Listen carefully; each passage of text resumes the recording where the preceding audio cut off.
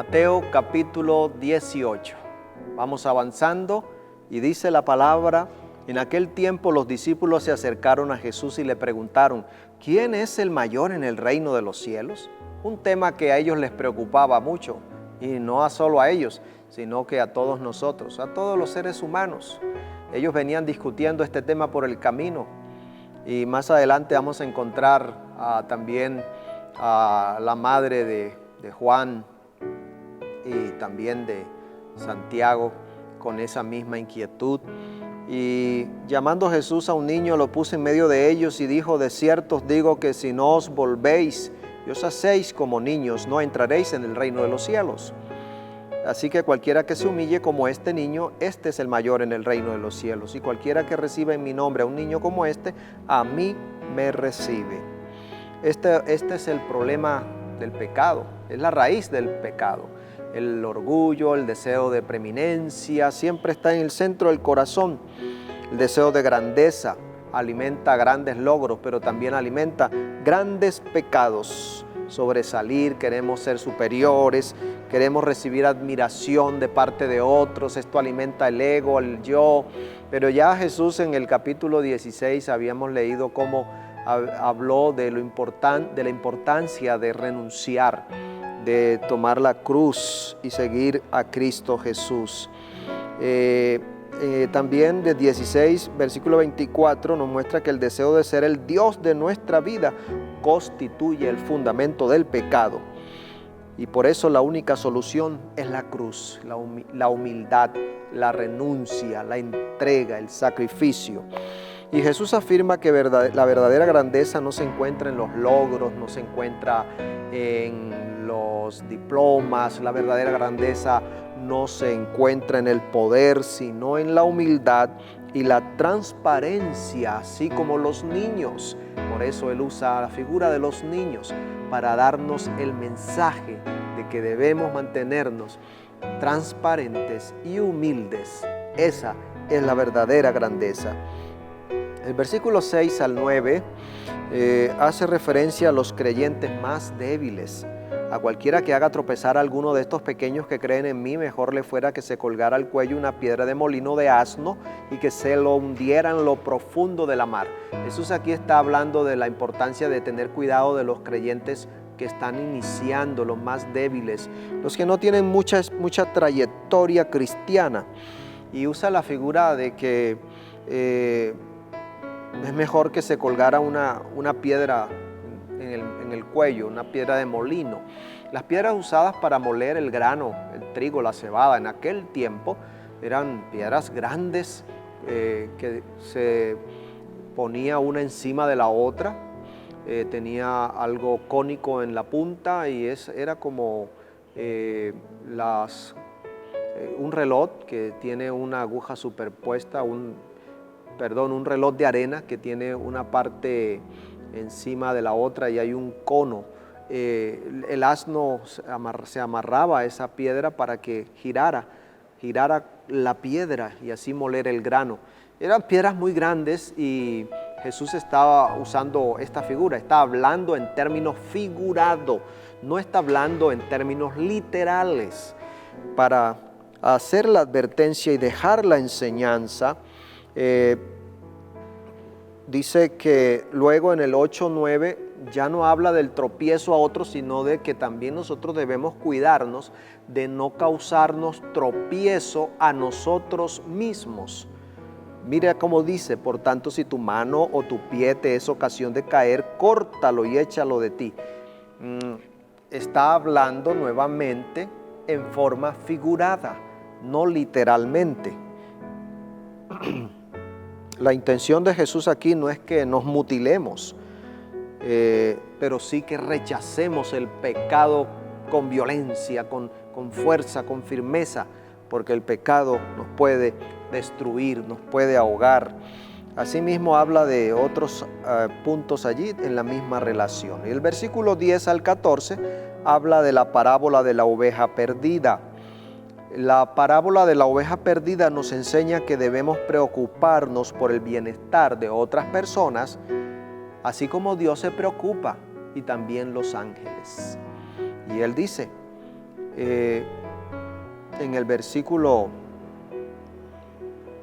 10 en adelante, el versículo 13, y si acontece que la encuentra a la oveja, de cierto digo que se regocija más por aquella que por las 99 que no se descarriaron. De igual modo, no es la voluntad de vuestro Padre que está en los cielos que se pierda uno de estos pequeños.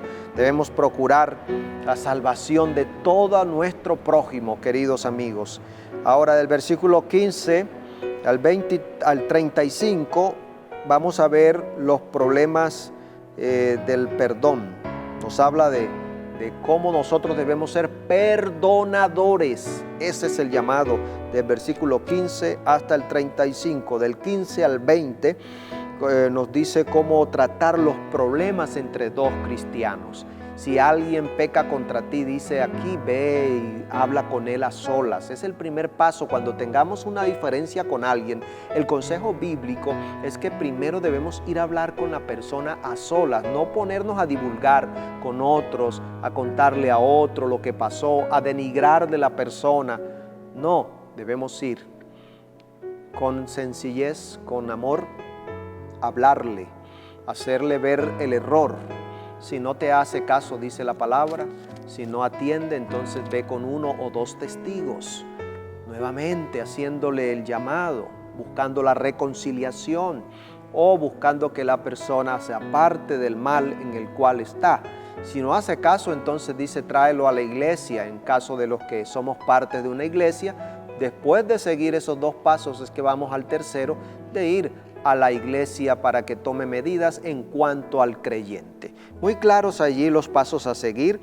Luego del versículo 21 al 22 dice, entonces se le acercó Pedro y le dijo, Señor, ¿cuántas veces perdonaré a mi hermano que peque contra mí?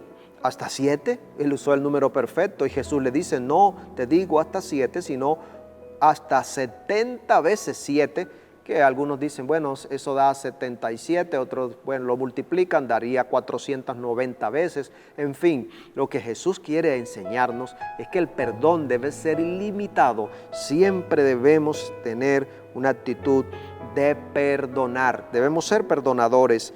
Y en ese mismo contexto aparece la parábola del siervo que no quiso perdonar, como un siervo que tenía una deuda impagable, porque cuenta aquí que debía 10,000 talentos. Eso era una deuda que no podía pagar en toda su vida, porque si, mira, un solo talento equivale a 6,000 denarios, y un denario es el salario de un día de trabajo en aquella época. Así que este hombre debía 10,000 talentos, esto era una deuda impagable para él, pero sin embargo pidió misericordia, se humilló y el rey lo perdonó.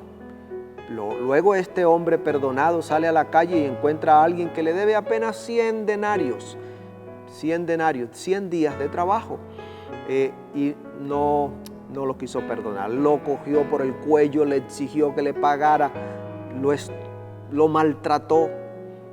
Y ahora entonces este testimonio llega al rey, quien toma medidas y ahora sí hace justicia, porque lo pone en la cárcel.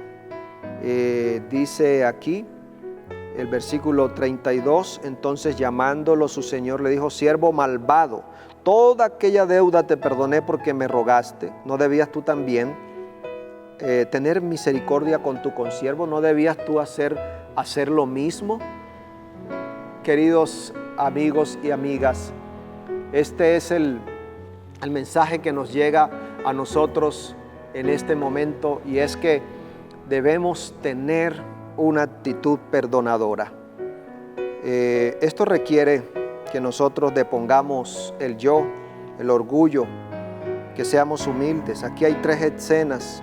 Primera escena está el siervo deudor ante el rey, la segunda el perdonado que no quiso perdonar, y la tercera el siervo insensible en la cárcel, termina en la cárcel, así haciendo justicia.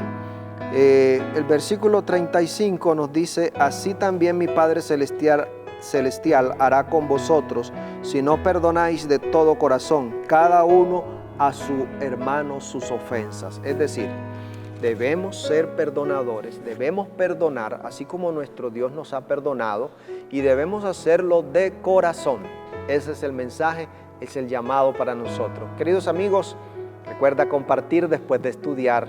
Dale like allí, dale a la manito. Si no te has suscrito, mira, hazlo aquí, ahora mismo, y sigamos juntos estudiando la Biblia. Vamos a orar por tu necesidad. Querido Dios, en este momento pedimos que nos llenes de tu presencia, que nos des un espíritu perdonador, y te ruego la bendición para todos los que están viendo este video, especialmente aquellos que tengan alguna necesidad urgente, alguna necesidad de salud o económica o familiar. Provee bendición en Jesús.